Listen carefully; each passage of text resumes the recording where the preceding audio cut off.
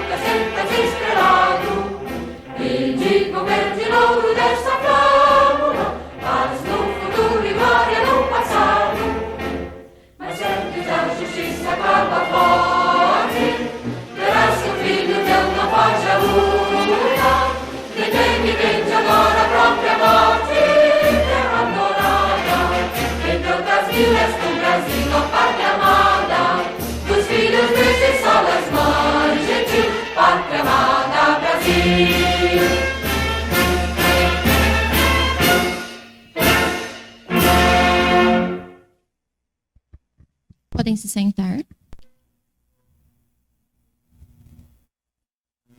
Momento, convidamos para dar abertura a esta plenária o senhor Daniel, representante do Conselho Municipal de Saúde.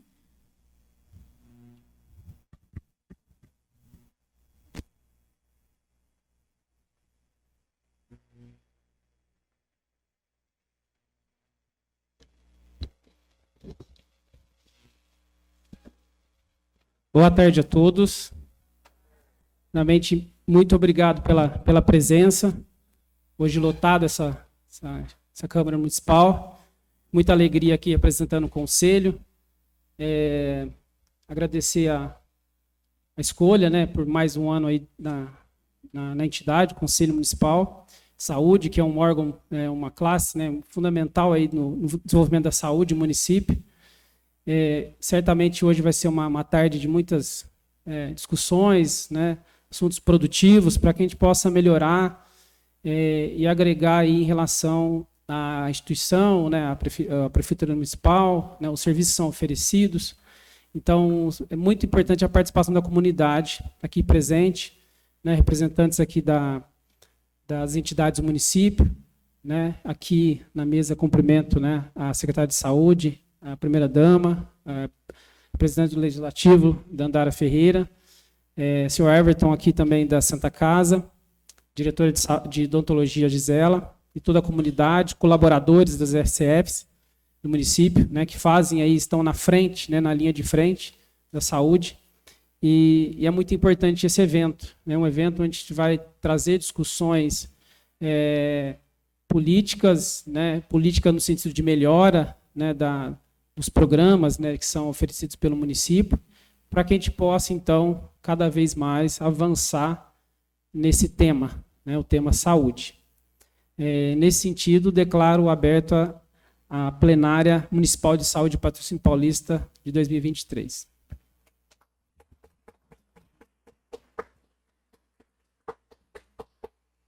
Neste momento, passamos a palavra para a secretária municipal de saúde.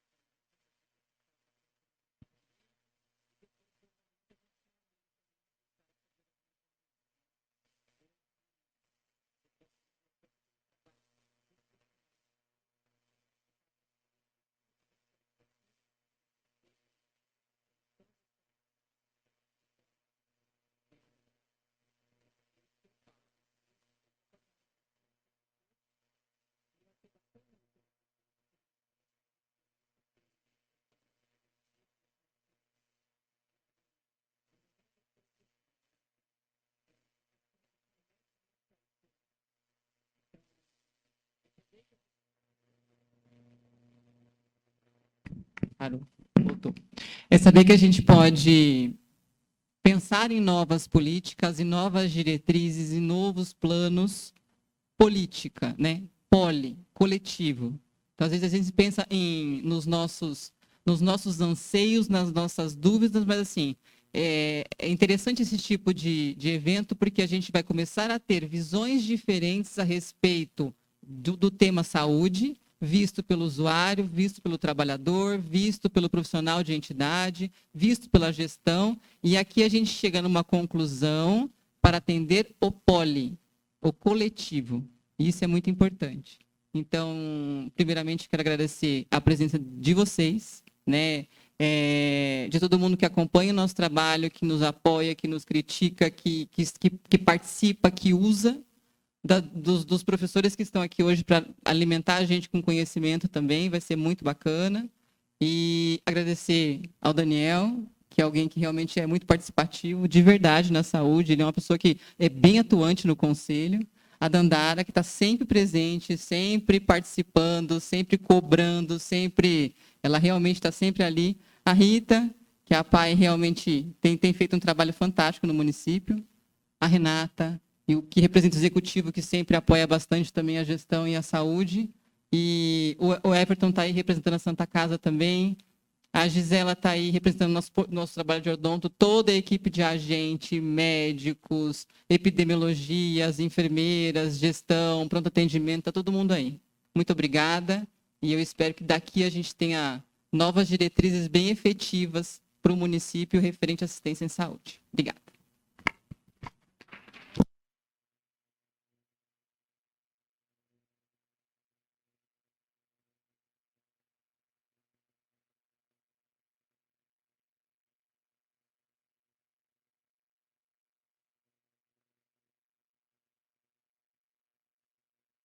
Mais alguém da mesa gostaria de fazer uso da palavra? Você tem... Alô?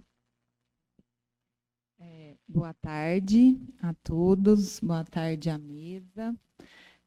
Não era para eu falar, né, Kátia? A Kátia falou, você não precisa falar, tá bom, mas ela ofereceu, eu preciso agradecer a presença de todos vocês, agradecer à professora, né, ao Daniel e ao psicólogo aqui presente, né, e dizer o quão importante é essa discussão, né? É importante também falar que o SUS ele é tão criticado, e quando eu dava aula de SUS, a gente sempre trazia para os alunos, será que eles sabem como é, né, fora do Brasil? E é interessante dizer, a menina do Mauro esses dias, ela está fazendo doutorado pela Unifran, né, Daniel? Estava na Bélgica e teve uma gripe muito forte e teve que usar a saúde lá. É tudo pago, né? Então, assim, é importante a gente ter esse conhecimento, né?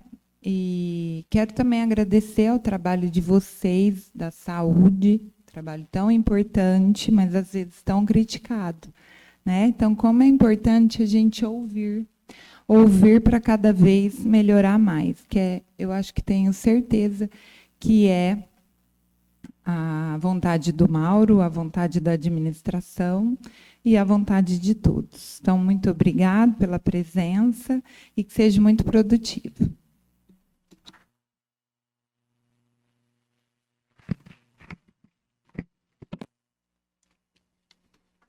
Boa tarde a todo mundo. Eu também quero agradecer todos vocês que estão presentes aqui nessa casa, que é a Câmara Municipal.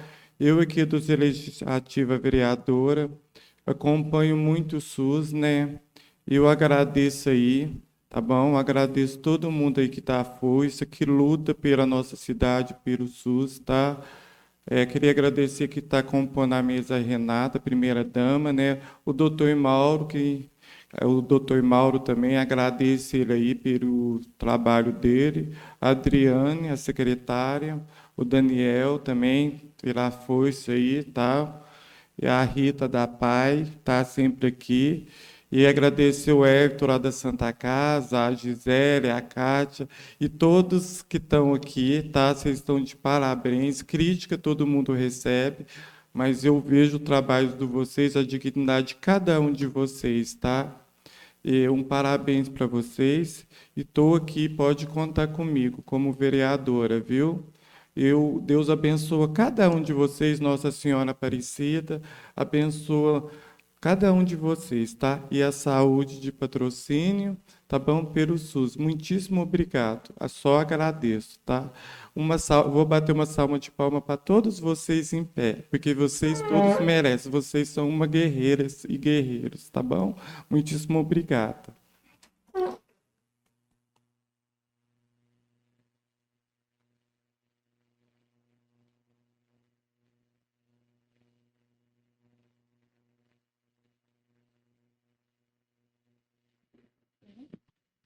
Neste momento, agradeço a presença de todos da mesa e agora a gente pode desfazê-la e o Daniel permanece para a leitura do regimento interno.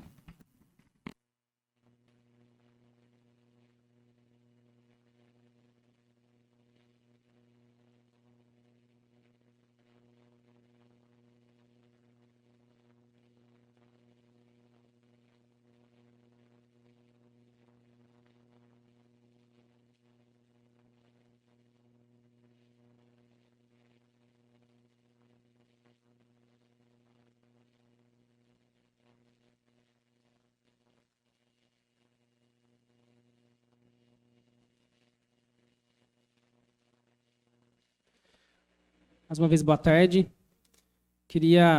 Estava na mesa aqui, pedir desculpa para a Rita, representante da PAI, conselheira.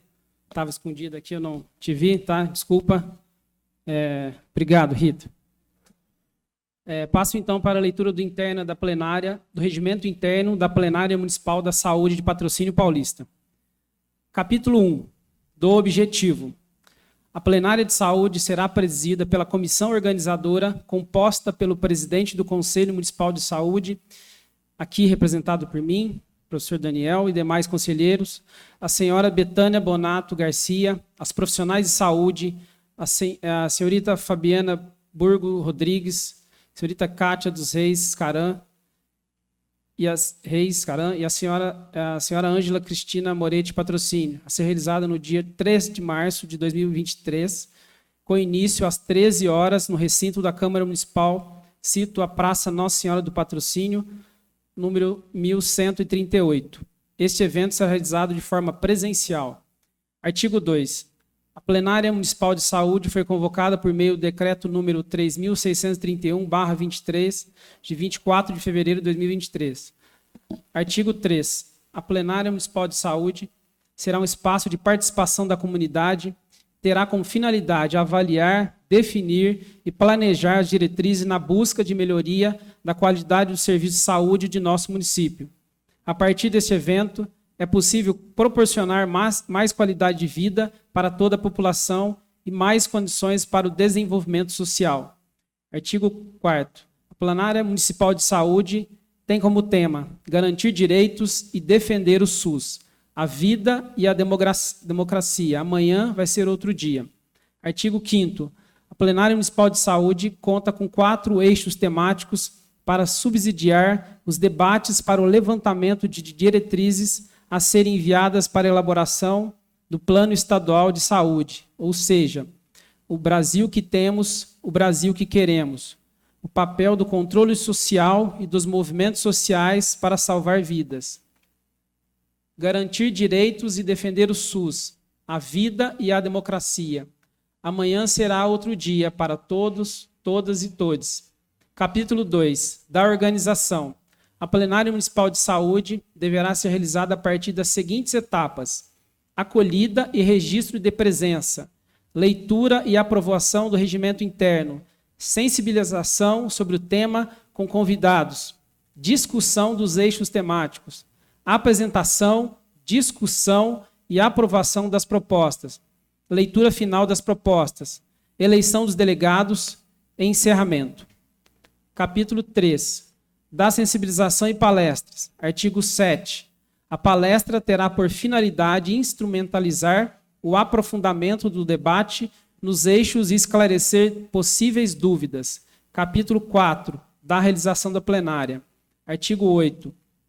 Foram realizadas reuniões da comissão organizadora com as equipes de estratégia de saúde da família, com o intuito de estudar os temas e fazer uma conversa prévia para possíveis propostas e sensibilização do tema e dos eixos temáticos da plenária. Artigo 9.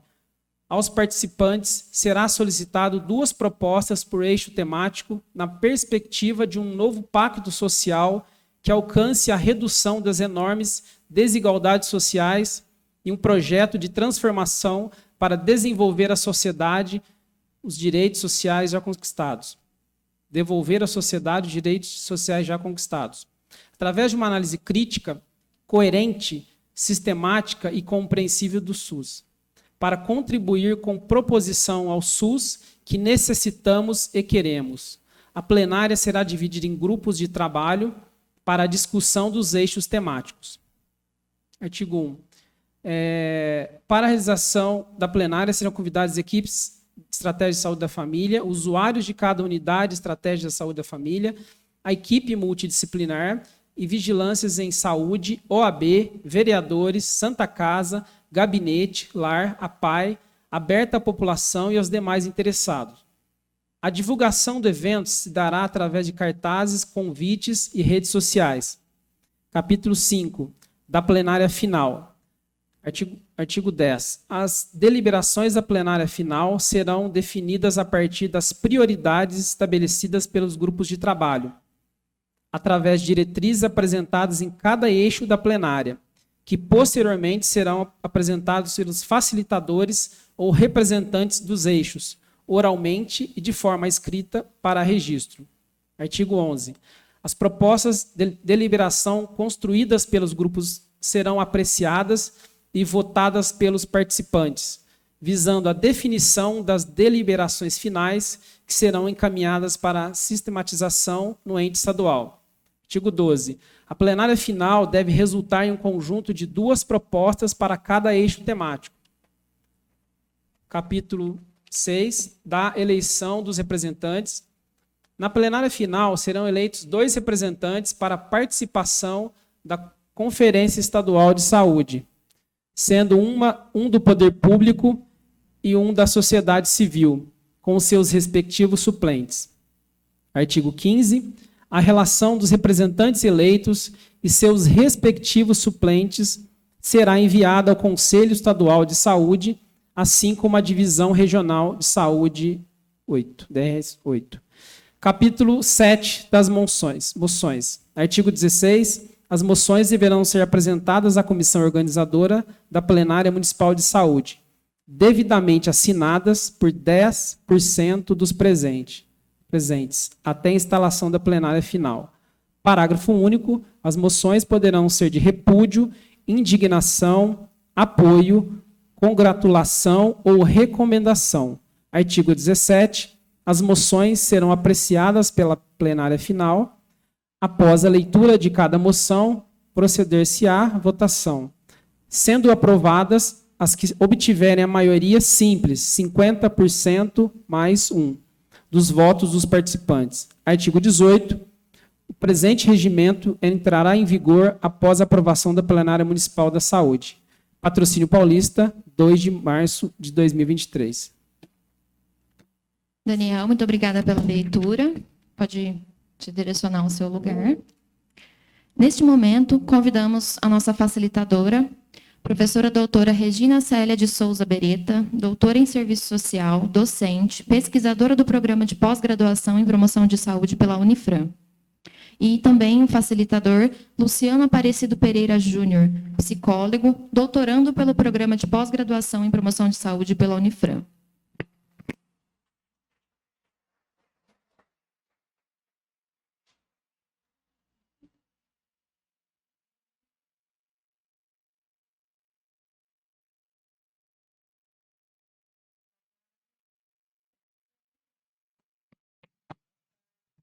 Boa tarde, pessoal. Boa tarde. Aí, Dandara. Dandara já me conhece, pessoal. Muito feliz de estar aqui nesse momento, revendo alguns que eu já conheci anteriormente. Assim, muito honrada por estar pela segunda vez em Patrocínio Paulista, realizando uma reflexão sobre as condições de saúde do nosso povo, né? Estava conversando com as meninas aqui o quanto, né, nesse momento, a gente está retomando as conferências, né? As conferências enquanto espaço de participação social, previsto na Constituição Federal, tanto quanto os fóruns, quanto os conselhos. E vendo aqui o Daniel e o pessoal do Conselho da Saúde, né, fico muito feliz aqui de ver a participação e a força do Conselho aqui. No púlpito? Ai, meu Deus, gente.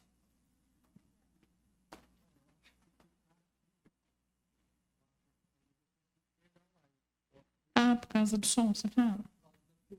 Ah, tá. Bom. Luciano, vem aqui.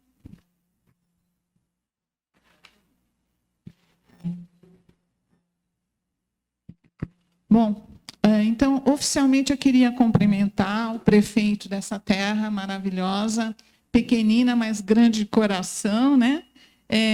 Na pessoa do senhor José Mauro Barcelos, que eu ainda não tive a oportunidade de conhecer, mas tive, sim, a grata satisfação de conhecer a primeira-dama, que é a Renata. Eu não gosto muito desse termo primeira-dama, né? Porque no Brasil tem toda uma conotação, muitas vezes, negativa em relação a isso. Mas a gente tem desconstruído isso no Brasil. Eu observei, tenho conversado com você sobre o seu trabalho, então você mesma já desconstruiu isso em Patrocínio. Então, é muito gratificante a gente ver um trabalho social efetivo. Queria cumprimentar também a secretária da Saúde, que no primeiro momento eu não a reconheci, você não mudou, a minha cabeça que está longe, viu? Adriane Mitico, que da outra vez me recebeu de forma tão carinhosa aqui, né? E a gente se encontrar de novo é muito gratificante. Queria cumprimentar também a vereadora Dandara, representante de uma categoria, aliás, de duas, né? Questão de ser, vamos dizer assim, mulher, negra, representando o pessoal LGBTQIA+, e também vereadora, né? A sua importante participação política nesse momento. E também os representantes das categorias profissionais, né? e principalmente os trabalhadores da saúde. Sejam muito bem-vindos. Levanta a mão quem é trabalhador da saúde, por favor. Muito obrigada pela presença. A Dandara tem razão, vocês merecem uma salva de palmas e muito mais que isso, né? O reconhecimento do Estado por tudo aquilo que vocês já fizeram para a população, né? Eu queria aqui apresentar o Luciano. Hoje eu vim com um aluno, né? Já quase no final do doutorado. Aí vocês vão me perguntar, professora, por que você trouxe o aluno, né? O Daniel me perguntou. Porque nós somos facilitadores do processo de ensino-aprendizagem, não é? Nós não somos donos da verdade. Cada um tem a sua construção sócio-histórica.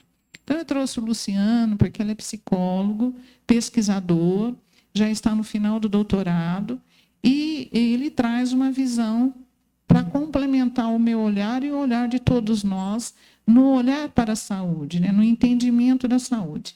E também é um exercício para ele e para nós, né? Então, antes de passar a palavra para ele, eu quero dizer para vocês que de vez em quando eu vou interromper a fala do Luciano, peço desculpa, viu, Lu? Para que fique uma coisa mais interativa entre nós, para que não seja uma palestra, seja um bate-papo, uma roda de conversa. Longe de mim vir aqui fazer palestra para vocês, numa conferência o papel principal é construir coletivamente, né? Então, para dar um pontapé inicial, eu queria deixar uma frase de Mahatma Gandhi para vocês. O que é saúde? Saúde não é só os nossos problemas físicos, mas também a nossa forma de pensar. É uma maneira que a gente enfrenta a vida. Segundo a Organização Mundial de Saúde, saúde é o bem-estar físico, mental e social.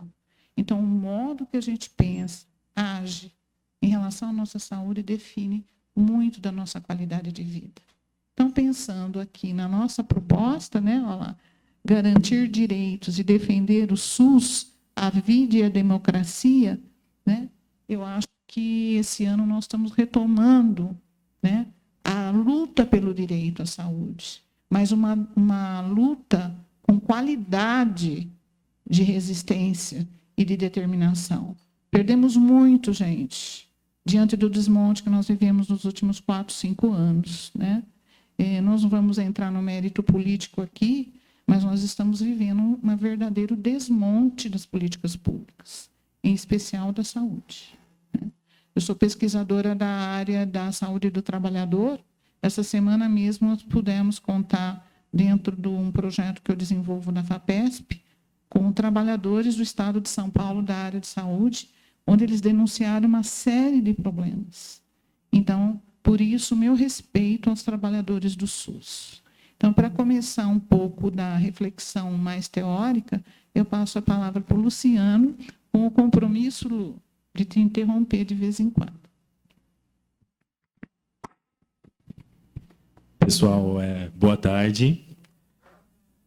Eu queria agradecer, né, o convite à Prefeitura, ao Conselho, ao professor Daniel, a gratidão de dividir aqui com a professora Regina esse espaço de troca com vocês.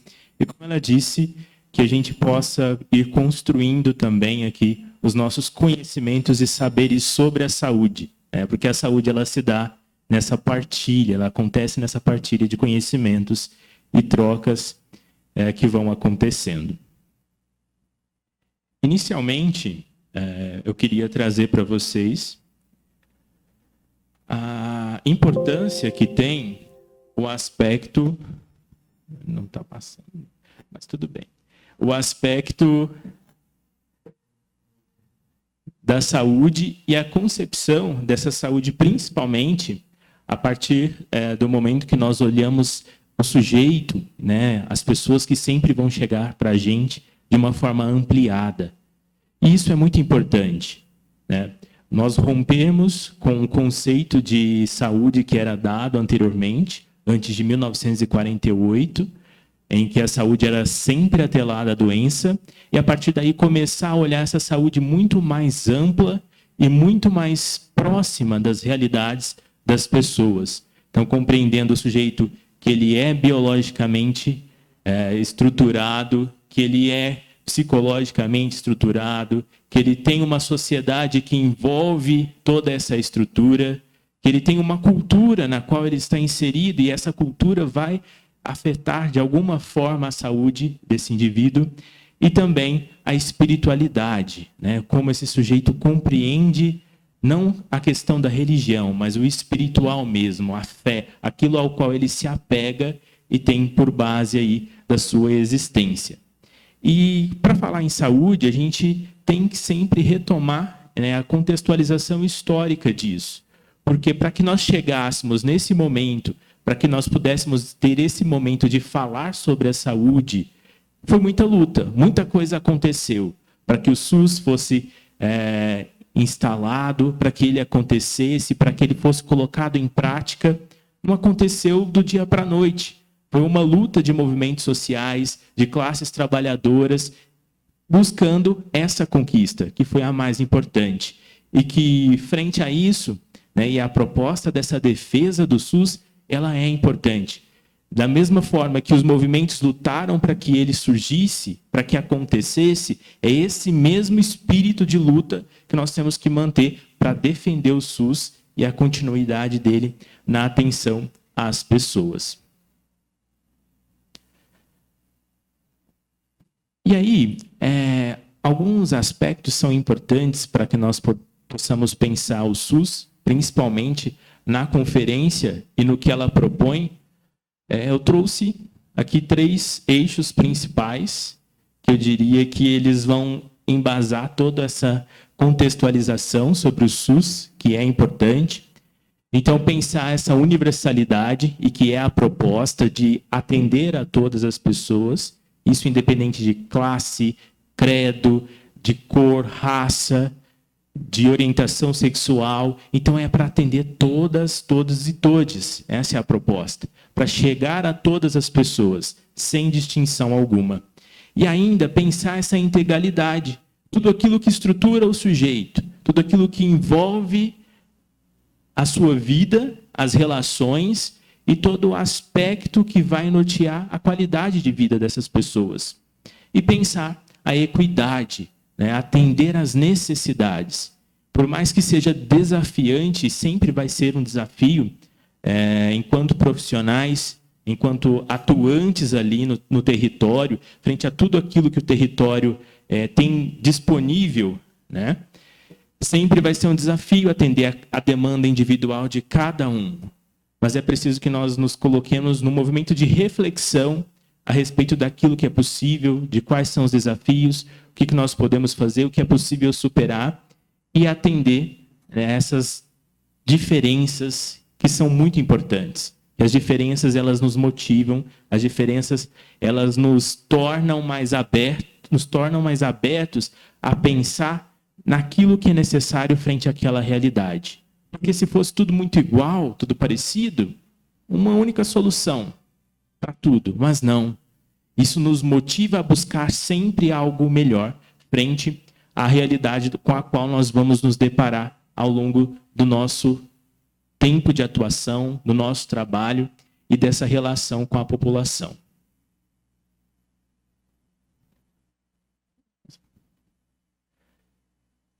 E aí, outro conceito importante, e aí pensando a promoção da saúde e o quão esse conceito é ampliado na atenção e no cuidado com as pessoas, tem esse conceito que ele é muito importante, que ele é a literacia em saúde.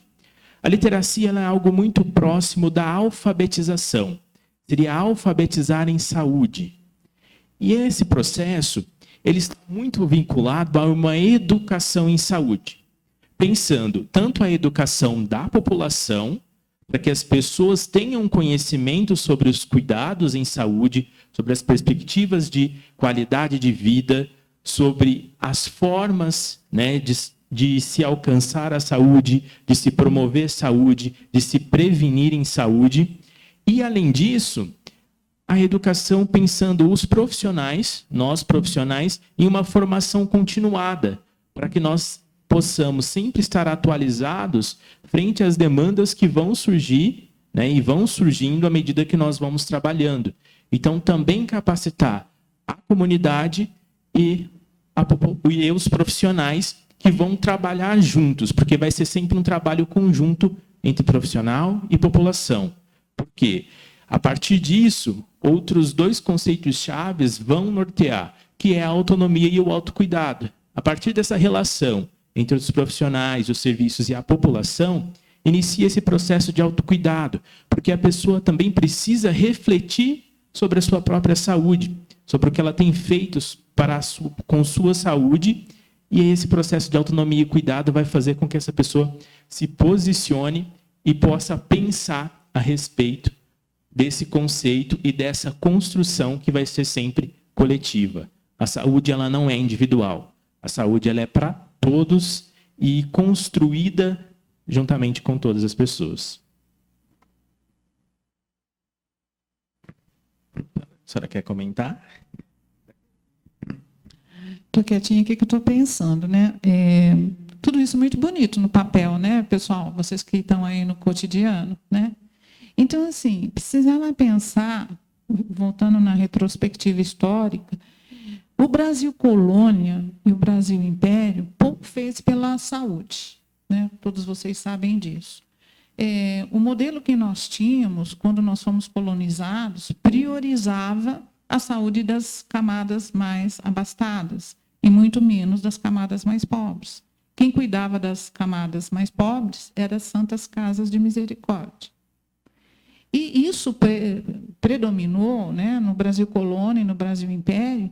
Uma das iniciativas que a gente pode falar nessa época foi, vamos dizer assim, um pouco da vigilância nos portos, né, para não entrar as doenças, né, para que o povo que trabalhava, né, numa linguagem mais a classe trabalhadora, né, aqueles que estavam à disposição do sistema, mantivesse saúde. Então, assim, a prioridade de atender saúde era para aqueles que trabalhavam para manter o sistema e para as grandes elites. A classe pobre nunca teve acesso a uma saúde plena, né, a não ser pelas santas casas de misericórdia.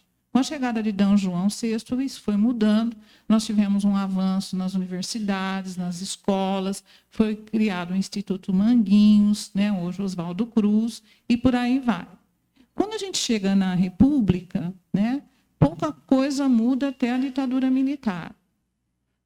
O que fica muito presente durante a ditadura militar é a questão do atendimento hospitalar, né? Hoje nós temos um modelo de atenção básica que, sem sombra de dúvida, é um modelo copiado por vários países do mundo. Como eu falei para vocês, terça-feira eu fiz a pesquisa com os trabalhadores. Sabe o que eles contaram para nós? Dá licença um pouquinho. Quer sentar, Lu? Senta aqui, puxa a cadeira. Sabe o que eles contaram para nós? Que pessoas do México, da Venezuela, da América do Sul, durante a pandemia, migraram para cá para ser atendido no SUS. Vocês sabem o que representa isso? Apesar de todos os nossos problemas, né? E aí depois a gente pode conversar um pouquinho. Nós ainda somos referências referência na América Latina, na Europa e em outros continentes. Então, com todos os problemas que nós temos, né, que não são poucos, né, ainda somos referência. Então, voltando lá, como que a gente quebrou o paradigma hospitalar? Né? Como é que a gente foi rompendo? Com a reforma sanitária. Os movimentos sociais que o Luciano se referiu aí dos anos 80, né? Nós tivemos em 86 a 8ª conferência, que foi um marco histórico, né? Na reflexão do que significa saúde. Então, a reforma sanitária foi um marco extremamente importante e não caiu do céu, como o Luciano trouxe, vocês sabem disso. Muitos trabalhadores se esquecem disso. E a população também.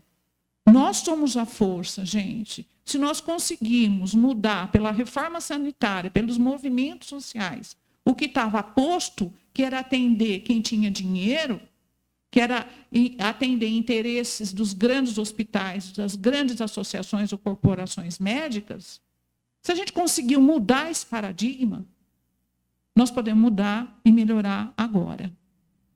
Nós não estamos mortos, nós estamos adormecidos. Tem um autor na minha área que fala, né, que parece que nós estamos lesados, no bom sentido. Acho que a pandemia alterou todos nós no aspecto da saúde mental. Então, se nós somos capazes de transformar a reforma sanitária numa efetivação do direito constitucional, nós somos capazes de melhorar o sistema que está aí. E de que forma? Através da participação. Ah, mas eu estou cansada, não tenho recurso, não tenho funcionário, não sei. Sabe quem faz o protagonismo? São os trabalhadores do SUS, o Sistema Único de Saúde. Não é mais ninguém. Não esperem que o Estado faça o protagonismo, o governo federal faça o protagonismo. Somos nós que defendemos o direito nosso, né? Somos, assim, corresponsáveis. Defendemos os direitos dos trabalhadores da saúde e da população. É uma responsabilidade muito pesada, mas é possível. Então, assim, na Constituição a gente conseguiu, né, colocar a saúde como um direito fundamental, depois aprovamos a lei orgânica da saúde, e aí o Luciano para aqui e pergunta para mim: Regina, você quer continuar? Olha, se deixar eu falo até amanhã, vocês já me conhecem, alguns sabem assim, né? O professor gosta de falar, né, Daniel? Bom, como analisar e compreender essa complexa realidade do setor de saúde no país? Se nós tivermos grandes avanços na questão do conceito de saúde, mudando, né, a chave do modelo hospital-cêntrico, modelo biomédico, para um conceito novo de saúde. Será que realmente nós mudamos? Ou será que nós mudamos conceitualmente? Será que nós conseguimos materializar esse novo conceito de saúde? Será que a gente conseguiu operacionalizar no nosso cotidiano isso? Estava conversando com o Luciano ontem sobre os CAPs, né, Luciano? Como a proposta do CAPs é importante, não é? Para a saúde mental. Mas as nossas ações ainda estão no paradigma anterior. Certo, secretário? Não sou eu que estou falando, são os grandes atores, Bus, né, Aires, né, os grandes Wagner, Gastão, e outros grandes pensadores da área da saúde. E a gente traz aqui, então, para vocês um pouco dessa reflexão do que significou esse avanço. Ter na Constituição a saúde como um direito não significa que ela vai se efetivar na prática.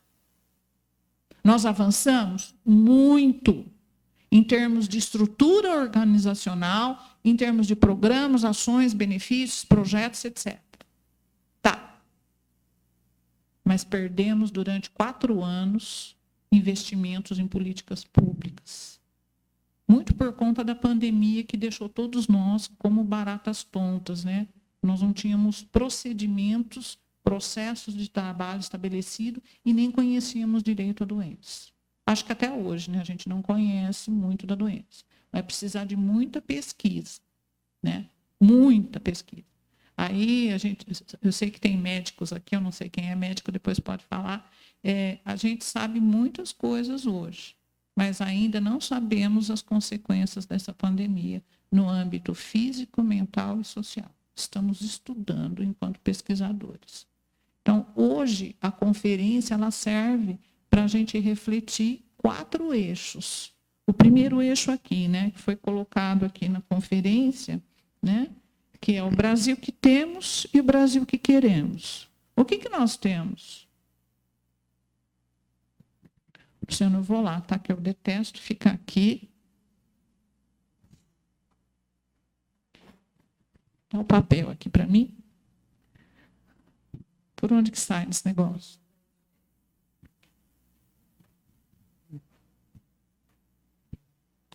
Eu sou assistente social e pedagoga, maluca, né, que não gosta de dar palestra, eu gosto que o povo fala. Então, vamos lá. O que nós temos? Trabalhadores da saúde, o que vocês vivem hoje? Quais são os desafios? Ah, quem está aqui? Prazer te ver, viu, querida? O que a gente vive na saúde? Nenhum problema, secretária. Ninguém quer falar, todo mundo com vergonha. precisa ter receio, pode falar.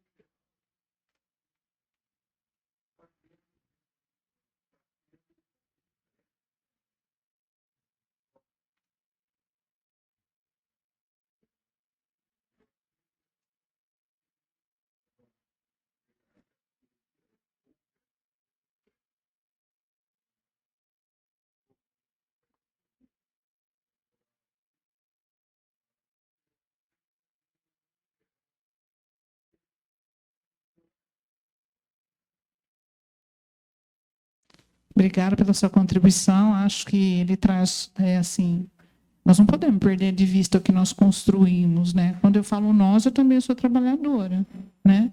Não estou na saúde mais, mas estou como pesquisadora da área da saúde. Então, acho que não podemos perder de vista essas coisas boas. Tem coisas difíceis? Tem, muitas. O enfrentamento da questão orçamentária, né? Essa questão da perspectiva de privatização de algumas áreas, né, da saúde, especialmente na área hospitalar, os desafios que nós temos na atenção básica, que a gente não tem equipamentos em todos os territórios que a gente precisaria, e uma série de problemas. Quem mais poderia me falar o que temos?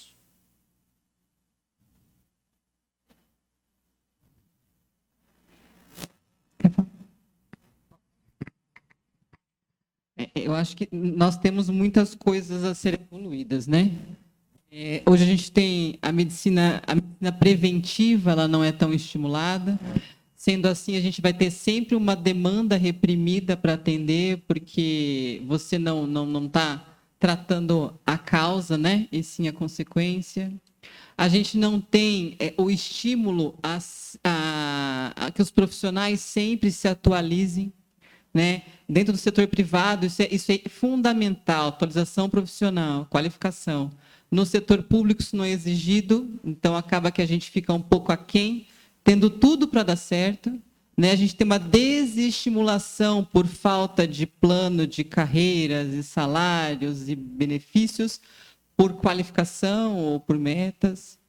E a gente tem o paradigma da saúde pública, né? Eu costumo brincar que é assim, por que sempre tem que ser feio, bege, né? Se o profissional que está lá dentro, ele trabalha tanto no setor privado como no público, então, por que tem que se ter aquele estigma que demora, que é ruim, que não tem qualidade, ou que a marca é sempre ruim, ou que eu estou pagando muito mais, entregando muito menos? Eu acho que isso é um paradigma, um preconceito. Então, acho que é isso que a gente tem hoje. Só que a gente pode querer muito mais. Muito bom, secretária. Mas eu queria te perguntar, será que nós nos perdemos no caminho aí, enquanto gestores, trabalhadores, a própria população?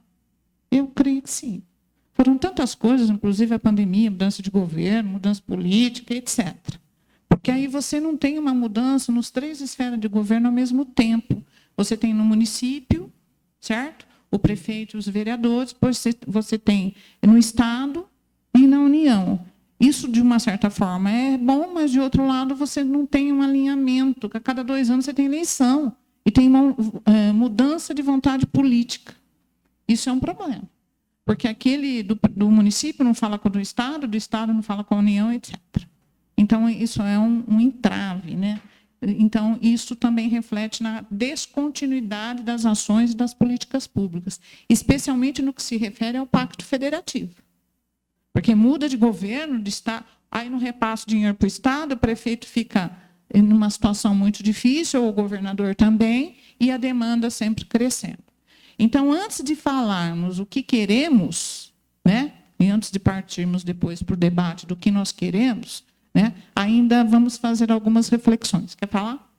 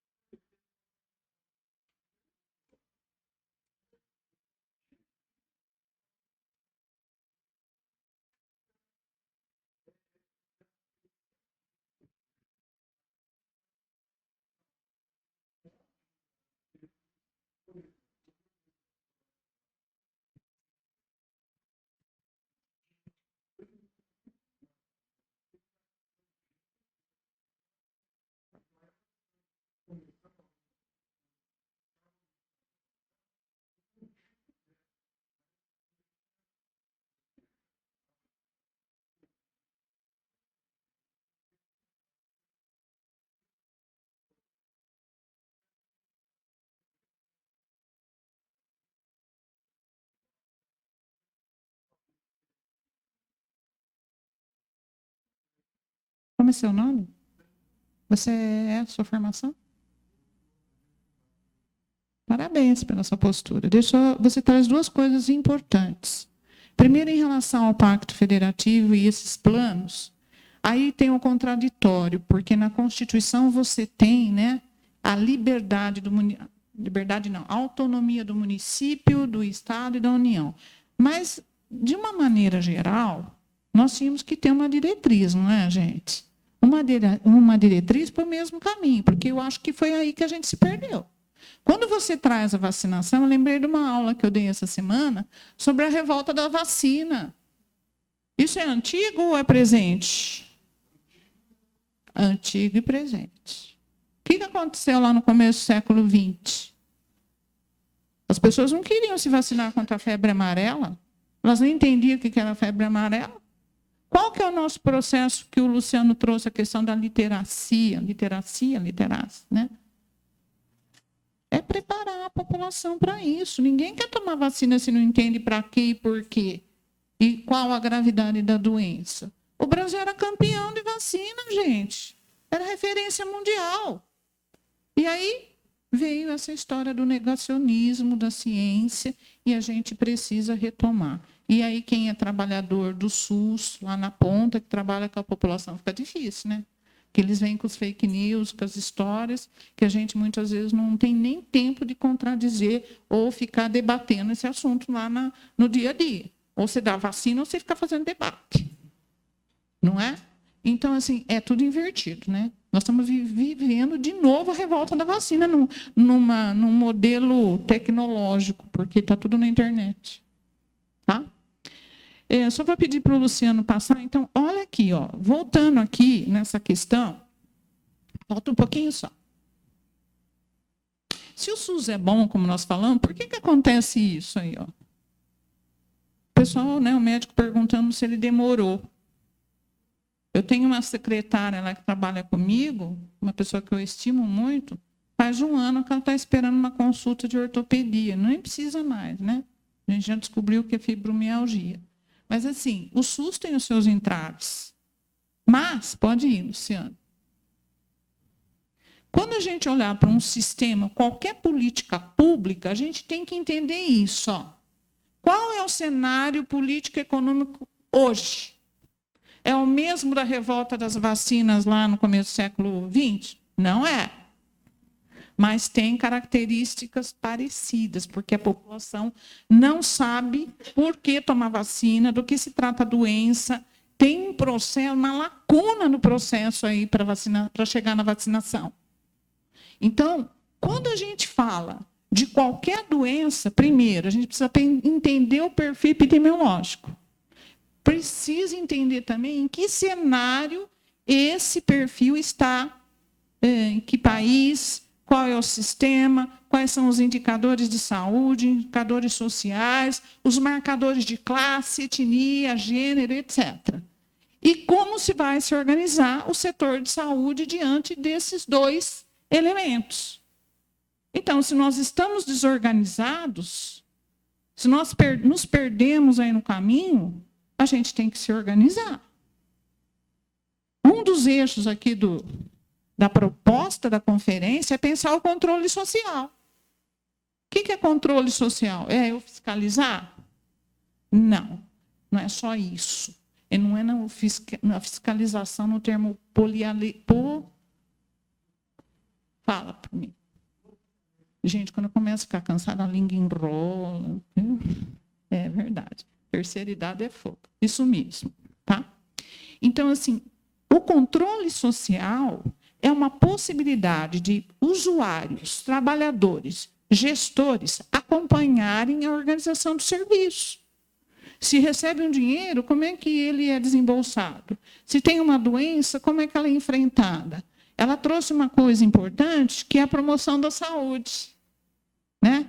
A gente escreveu lá que saúde é o bem-estar físico, mental, social, que na Constituição é outro conceito de saúde. Mas, na prática, a gente continua com aquelas ideias lá e um cotidiano extremamente biomédico, tratando a doença e não a saúde. Percebem que a lógica tem que virar moeda, tem que virar chave. Aí vocês vão falar, essa mulher é louca, como é que nós vamos virar a chave sem recurso, sem dinheiro, sem nada? Ah, gente, o município de vocês é na graça.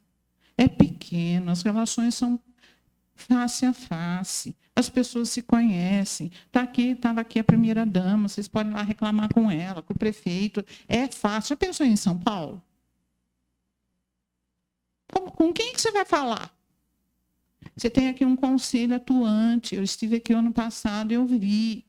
Caminhou, não tem problema. Isso é o controle social. É trazer a participação da população. É difícil, porque o nosso povo, lembra que eu falei, está lesado, está anestesiado.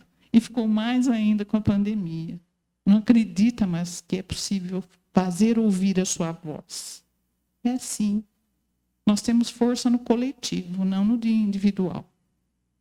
Se eu reclamar das minhas condições lá na Unifran, não tem voz. Mas se eu reclamar com um monte de professor, tenho voz. Eu fui sindicalista, gente, eu sei o que eu estou falando. Tá? Então, a força está em cada um de vocês. É como se fosse um grande quebra-cabeça. Cada um de vocês é uma pecinha importante. Tá? Pode passar. Mais um pouquinho. Aí é lá, né? Aqui, então, só para relembrar a questão da Seguridade Social, que a saúde ela não está sozinha, ela tem mais duas políticas. A saúde ela não é contributiva, a assistência social também não é, e a previdência social é. Houve uma época, vocês são todos jovens, né? Houve uma época que a gente apresentava a carteira de trabalho, ela significava cidadania. Significava que era retirado um seguro da minha conta, quando eu recebi o lerite, e depois eu tinha direito à previdência. Hoje retira esse direito, esse dinheiro, paga a previdência social, porém, 40 milhões de brasileiros estão no mercado informal, não têm direito à previdência. Onde que cai? Adivinha? Na saúde e na assistência social. Olha o pacote. Aí vocês têm que cuidar daqueles que têm registro em carteira e aqueles que não têm. Tá? E esse é o neoliberalismo que nós estamos vivendo no mundo. Né? Um novo liberalismo onde você enxuga direitos, né? E ataca a economia, investe muito mais no modelo econômico. Pode passar? Lu, pode continuar.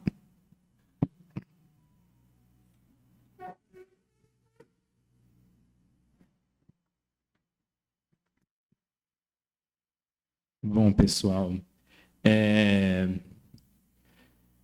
mediante o que a Regina estava trazendo, eu queria pontuar uma coisa que eu acho que é pensar, e isso a gente tem que ter sempre em mente quando a gente fala em saúde, que a saúde ela é para além da política de saúde. Que a saúde ela é responsabilidade de todas as políticas públicas. Então, o trabalho na saúde, ele não tem que ser limitado, esse trabalho precisa ser ampliado. E compreender as outras políticas, seja de assistência, seja de educação. É preciso que elas dialoguem, porque esse fazer saúde é muito mais amplo, ele precisa ser feito em todos os espaços, e não só nos dispositivos de saúde, não só na unidade básica, não só na Santa Casa, mas em todos os espaços. Sejam as escolas, sejam os CRAS, por exemplo, são espaços também de saúde. Então, as políticas precisam dialogar entre elas nesse fazer saúde que precisa ser cotidiano e em todos os espaços. E, mediante isso, e aqui tem até uma charge que vem questionar de quem que é o SUS, né? E de quem que é o SUS? O SUS é nosso, de todos nós. O SUS foi construído por nós, o SUS é uma conquista nossa e o SUS sempre será nosso. E para que ele continue sendo nosso, essa nossa luta, ela vai ser cotidiana, vai ser o tempo todo.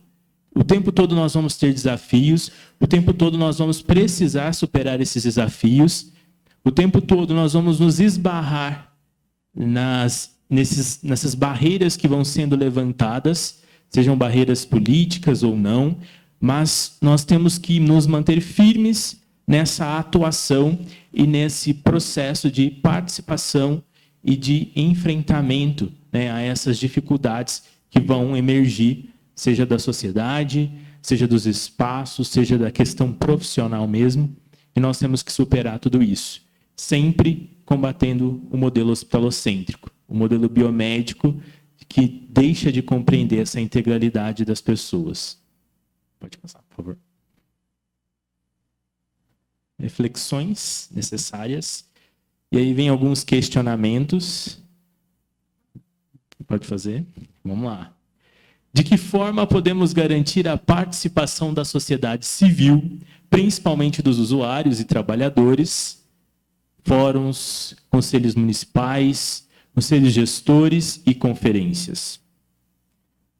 Os cidadãos brasileiros têm acesso às ações e serviços de saúde necessários para a resolução de seus problemas, ou ainda existem restrições e barreiras importantes de acesso?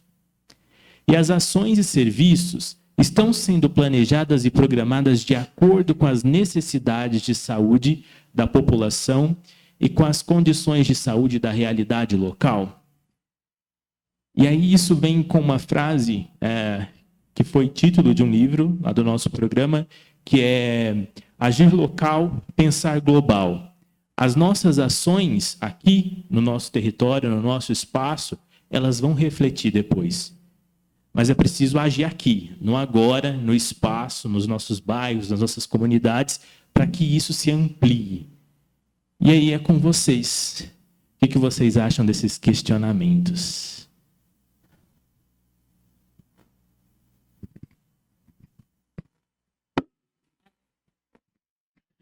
Eu gosto desse silêncio porque tem dois significados. Adoro. O primeiro pode ser não estou nem aí. O segundo pode significar uma reflexão. Eu espero que seja o segundo. Aí, vou provocar agora. Secretária, cadê o diagnóstico socioterritorial? Você tem aí? Quais são os grandes problemas? Não. Podemos perguntar para o pessoal se eles têm o diagnóstico do território? Vocês têm o diagnóstico? Não aquele diagnóstico médico. Aqueles problemas que vocês acham do cotidiano, do dia a dia de vocês. Vocês têm aí, dentro da caixinha. Aí, tem. Então, o que eu proponho, porque é proposta da conferência, que a gente tire, né, no documento estadual e na chamada do Conselho Nacional, é que a gente divida os participantes da conferência para discutir alguns eixos. Então, vocês vão trazer o diagnóstico, os problemas que vocês enfrentam, mas não é só trazer problema, não é, secretário? Por favor, né? Eu já fui gestora, eu já te contei, eu sei como é que dói. Não é fácil, não. Mas também apontar a solução. Ou, pelo menos, caminhos Porque a gente também não tem uma varinha de condão para bater lá e falar tudo resolvido. Não é assim. Então, a proposta é pensar, começamos lá, né? O que temos e para onde vamos, né? Que saúde temos e que saúde queremos. Como que nós participamos? Como é que a gente, vamos dizer assim, garante a participação social? Em que momentos vocês estão se reunindo para garantir ou chamando os usuários? Pode falar.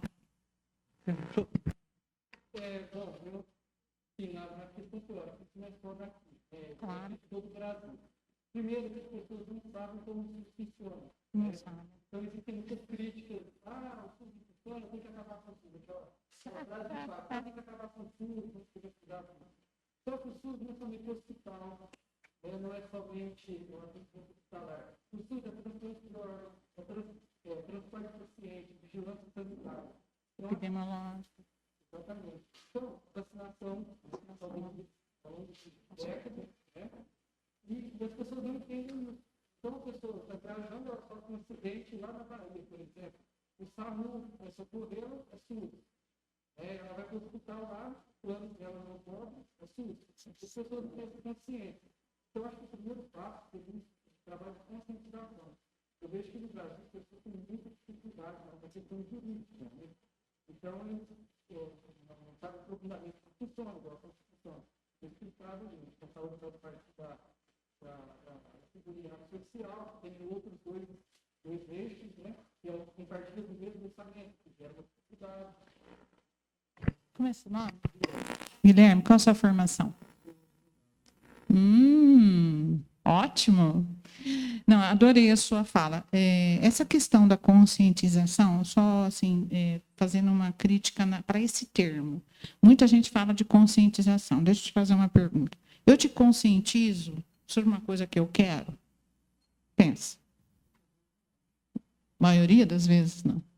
Então, vamos trocar a palavra conscientização por fala, que vem a minha aluna lá no fundo.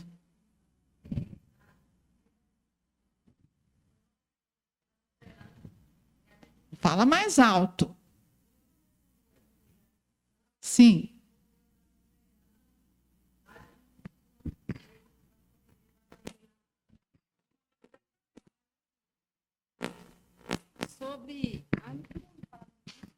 Sobre o SUS que queremos, eu vejo assim que existe um erro desde 88, que é todos têm direito ao SUS, né? É direito de todos. A saúde é direito de todos.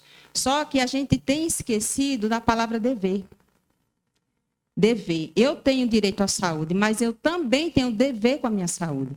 Então, eu, enquanto agente de saúde, eu acho que as minhas colegas também, elas vão concordar. Por quê? Não é que nós estamos voltados para esse modelo antigo. Nós sabemos o nosso papel e nós tentamos desenvolver o nosso papel, que é, em primeiro, né, conscientizar as pessoas, educar as pessoas em saúde, orientar as pessoas. Mas por que é tão difícil isso? Porque as pessoas estão muito voltadas para aquilo que elas têm direito. Mas a gente orienta com relação, por exemplo, à prevenção, né? Uma coisa simples, caminhada. A gente vai na visita, a gente monta grupos, as pessoas sabem, os médicos orientam, nós convidamos, né? Mas as pessoas não aderem. Eu estou falando só um exemplo, dentre muitas outras coisas. A gente orienta, por exemplo, um hipertenso vai, o médico prescreve e dá as orientações. Nós vamos na casa da pessoa e reforçamos essas orientações. As pessoas ouvem, as pessoas colocam em prática. Então, assim, eu acho difícil nessa questão, entendeu? É a questão do... Não sei de que maneira a gente faz para mudar isso. Marli.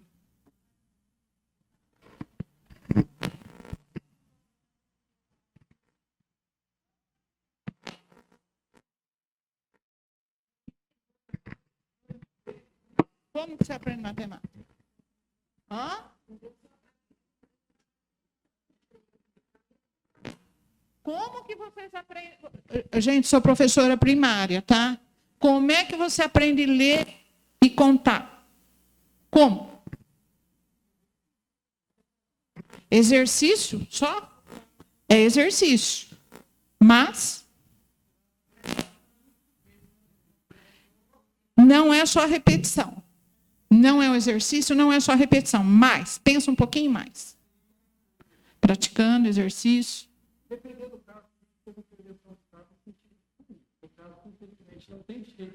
Bom, eu vou chegar na questão da punição. Fala. Estava esperando você falar, né, minha querida? É a aluna nossa da pós, tá? Fala.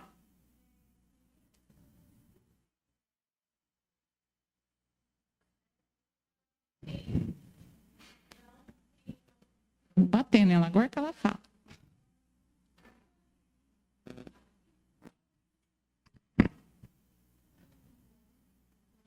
Gente, ela está certinha. Se não fizer sentido para mim, eu não tomo a vacina. Dane-se. Se você falar para mim que 2 + 2 = 4, eu vou memorizar com 6 anos, mas não vou entender o significado. O grande pensador Piaget diz o seguinte: se eu não interiorizar o conceito, eu não aprendi. Não é pedagoga. Como é que eu jogo para dentro? Interiorizar é jogar para dentro. E generalizar depois. Então, eu aprendo, memorizei, fiz o exercício, aí eu vou no outro problema e não sei fazer. Eu aprendi? Não. Tem que fazer sentido para mim. Então, vocês esqueceram, mas eu sou professora primária, eu vou lembrar. Vocês contaram o feijãozinho, vocês contaram o palitinho. Eu estou mentindo? Para entender a tabuada, a multiplicação, a divisão, eu estou mentindo? Vocês contaram continha. Não é? Depois a gente vai na internet e vê lá uma porcaria que tem uma regra lá, um esquema que os professores de matemática ensinam a tabuar. Depois que nós sofremos tudo isso, que a gente vai ver.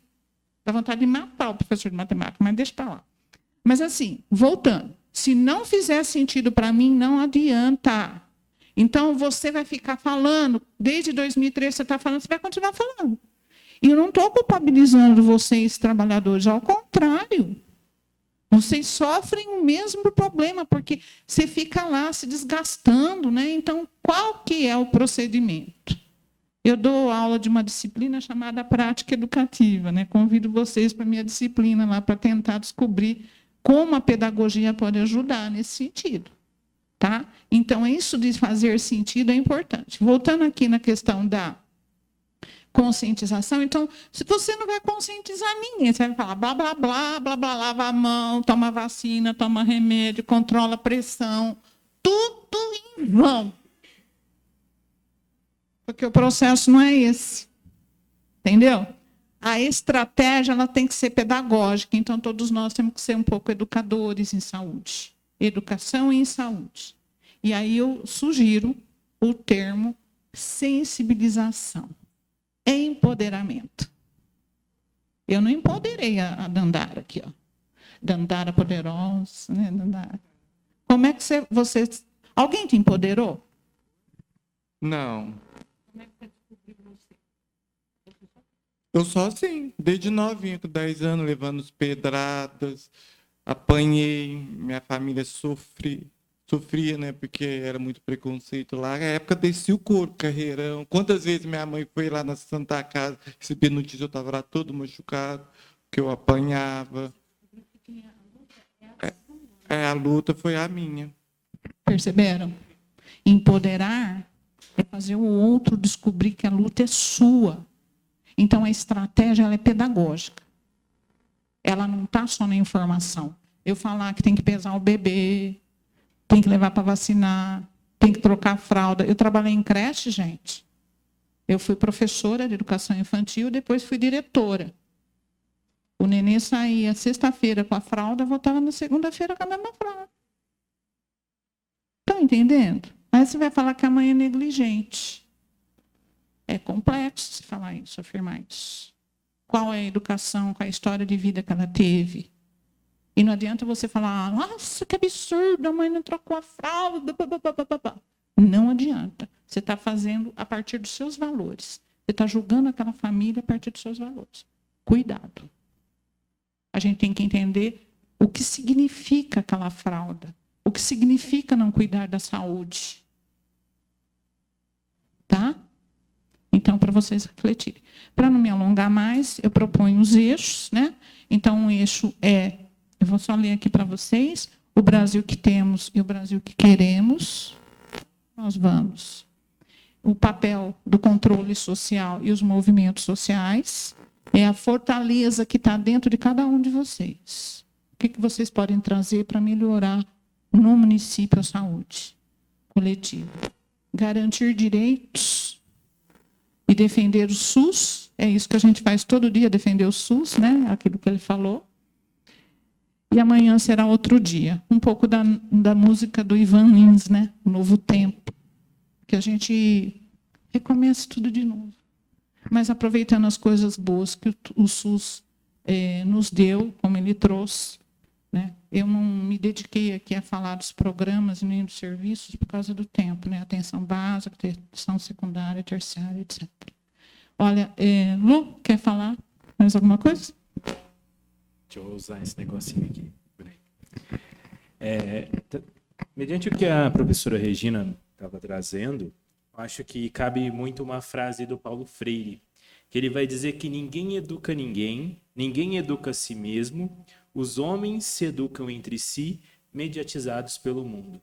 E é essa, acho que seria o ponto-chave para que a gente possa fazer a educação dentro da saúde, para tornar a saúde acessível a todas as pessoas, de fato, e para que a gente possa começar isso pela base, que seja pela base, pelas crianças, incluindo a saúde dentro do ambiente escolar, que é importante, para que desde pequenas elas vão ali caminhando nesse percurso, que é conhecer a saúde, conhecer as realidades. Então, o ponto-chave e o caminho é educar. A educação, ela vai nos levar aí para vários caminhos e vai abrir possibilidades. Quem quer ter saúde aqui, levanta a mão. Ai, que coisa feia. É eu. Quem quer ter e ajudar a população a ter saúde, levanta a mão. Agora começou a melhorar, agora eu comecei a identificar os participantes da minha pesquisa, que são os trabalhadores da saúde, a quem eu peço uma salva de palmas, comandante. Obrigada.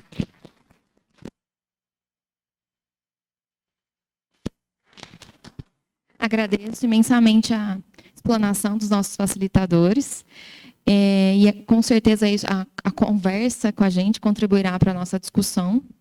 E agora, a gente vai dividir em 4 grupos. Eu sei que os ESFs já fizeram a tarefinha de casa, que foi a discussão, que já pensaram alguns eixos, algumas coisas, mas eu acredito que seria importante a divisão para que as pessoas que não são das unidades consigam também colocar sua opinião e discutir para que a gente complemente as possibilidades de propostas. Tá?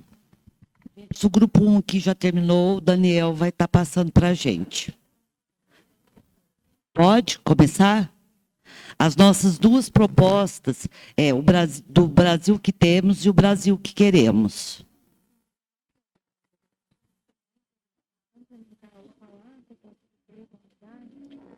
Gente, depois que o Daniel colocar as 2 propostas, se alguém quiser implementar, acrescentar alguma coisa, pode estar pedindo a palavra, viu? Então, é do primeiro eixo. Boa tarde, pessoal. Em suma, né, a plenária ela solicita, ela exige 2 ou 3 itens no máximo, né, que tem que ser bem sucintos. Então, depois do debate, nós colocamos assim, o primeiro item: o Brasil com uma saúde mental digna, onde se faz necessária a implantação de CAPS 1. Por quê? Depois da pandemia, dada a N fatores, nós hoje estamos tendo vários problemas, né? Então, é muito importante para todos os municípios e não apenas para alguns, né? O outro é referente a um problema crônico, na minha opinião, e cultural, né? É um Brasil com menos violência, com a implantação de casa de apoio a mulheres, aumentando a conscientização ao exercício da cidadania.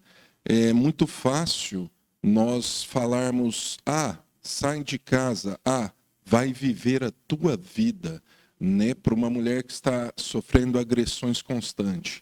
Mas a pergunta que nós temos que nos fazer antes de falarmos esse juízo de valor é: vai para onde? Vai com apoio de quem? Certo? Quem será suporte? É muito fácil falarmos mal se nós não vivenciamos toda a história daquela pessoa, né?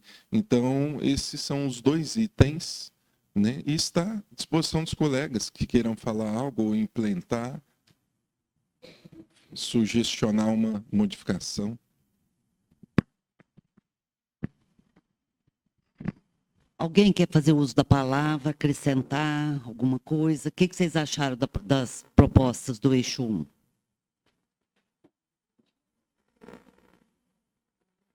Tá? Gente, então agora vamos para o eixo 2. O que é o eixo 2? É o papel do controle social e dos movimentos sociais para salvar vidas. Quem que vai apresentar aqui? É aqui, desculpa.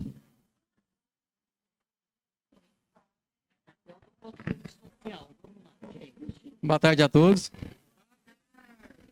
Bom, papel do controle social e dos movimentos sociais para salvar vidas. Bom, nosso grupo que discutiu, o controle social é a participação da sociedade na administração pública, com o objetivo de acompanhar e fiscalizar as ações do governo a fim de solucionar os problemas e assegurar a manutenção dos serviços de atendimento ao cidadão. As 2 propostas que a gente discutiu aqui, né?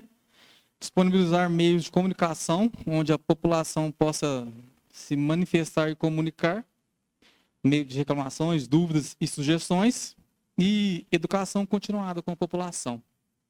As 2 propostas que o pessoal falou aqui. O que vocês acham, pessoal? Concordam? Talvez a criação de um, tipo, todo mundo tem celular, né? De um aplicativo, uma coisa assim relacionada, que hoje todo mundo tem, né? Que acesso oficial, né? No caso, um aplicativo oficial da prefeitura, qualquer coisa desse tipo. Que possa... Gente, eixo 3. Garantir direitos e defender o SUS, a vida e a democracia. Meninas? Vai, vamos lá.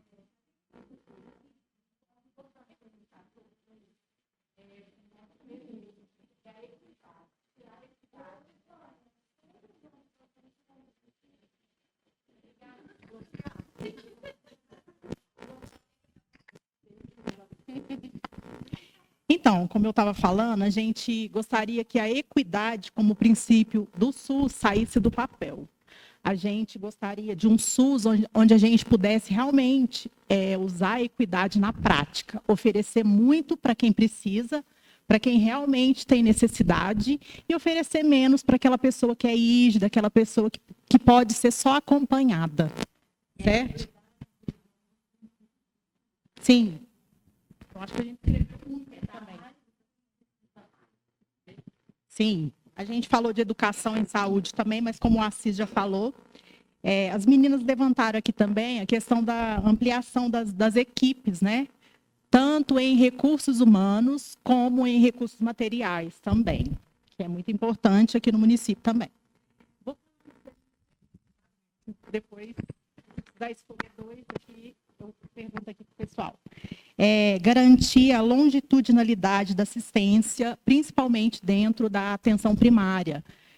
Foi levantada a questão do vínculo, né, das equipes com a população. A gente tem um município pequeno que dá para manter isso. Se organizar, né, se organizar direitinho, dá para manter essa longitudinalidade. Um dos princípios, né, da atenção básica é que as equipes que prestam assistência para as pessoas dentro dos territórios tenham esse vínculo. sejam pessoas que conheçam, é como se fosse um amigo, né? A gente precisa saber da vida do João, precisa saber do que ele está precisando, precisa saber da saúde, precisa saber se ele tem lazer. Então, é muita coisa envolvida.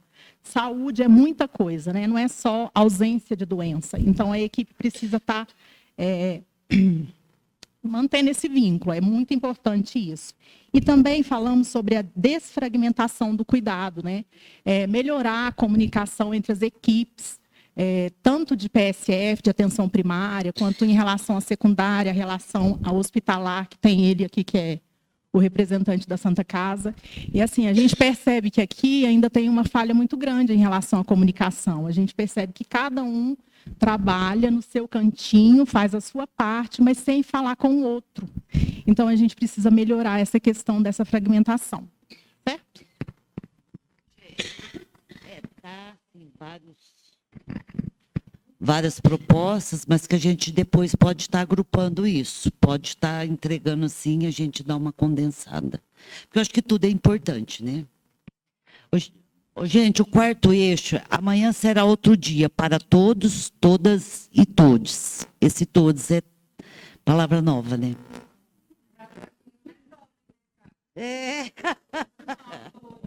Todos. Não gostei dessa palavra.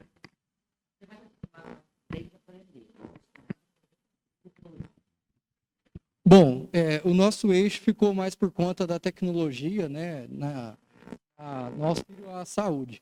Então, o que foi debatido foi a questão, por exemplo, do ESUS, né? Dessa discussão, a gente chegou ao seguinte tópico.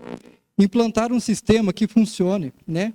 Investir em suporte de estrutura de rede para facilitação do desenvolvimento e informação dos profissionais.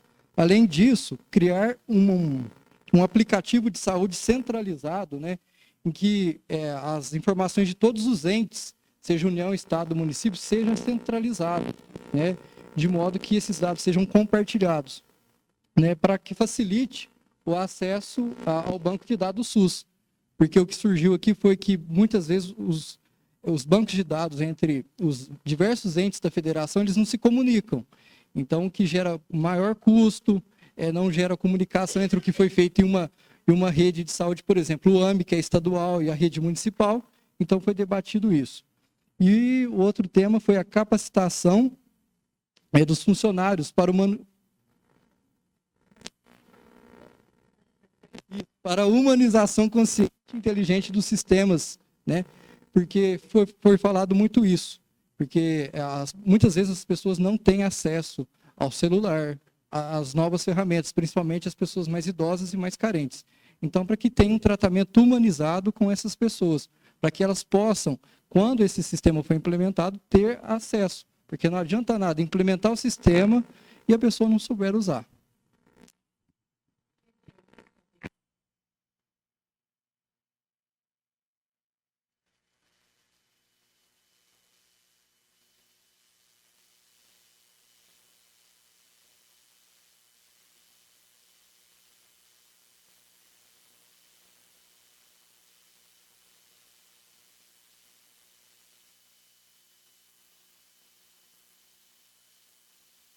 Gente, e agora, assim, antes da gente estar encerrando essa plenária, a gente precisa eleger 2 delegados que vão representar a gente na etapa estadual.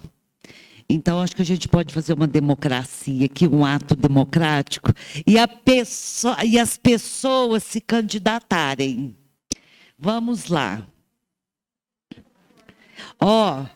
Só que aí, gente, só um minutinho, é um de usuário e um do órgão gestor. E para cada um tem seu suplente.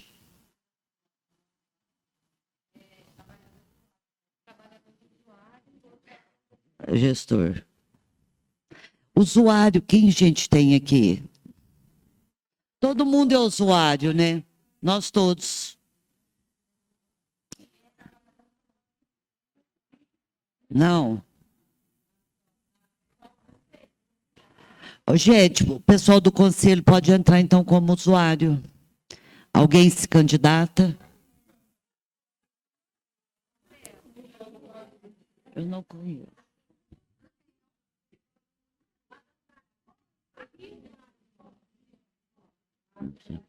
Daniel, Marli. Vai. Vamos, gente. Vamos lá. Trabalhador primeiro. Daniel e Marli. Daniel e Marli. Suplente. Titular e suplente. Pode ser, Daniel? Pode ser? Titular, suplente. Já dá as folhas para se preencher. De usuário, quem que vai? Vamos lá pegar o pessoal do conselho. O doutor.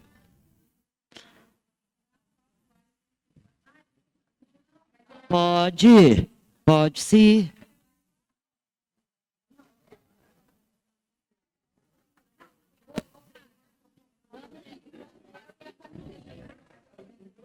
Não tem usuário? Tá, mas eles estão entrando como trabalhador? Sempre pode ter como trabalhador.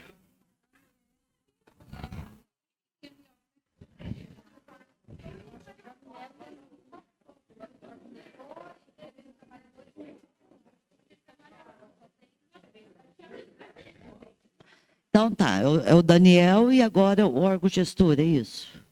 E o órgão gestor é só você e Santa Casa. Você vai? Suplente? Alguém de suplente com a Adriane? De órgão gestor não tem suplente, né? A gente vai pôr outra secretária de saúde?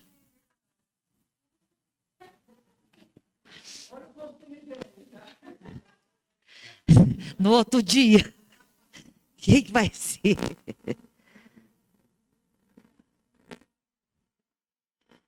Eu não sei se para gestor precisa ter suplente. A gente tem que ver lá na DRS.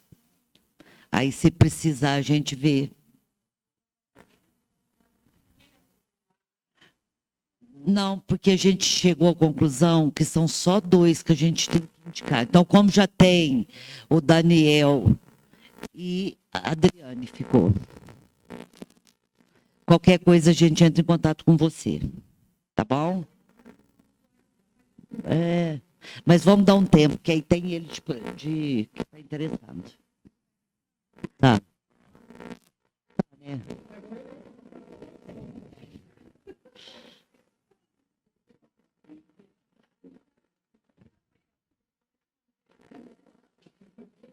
Vamos pôr. Nós vamos preencher sua ficha.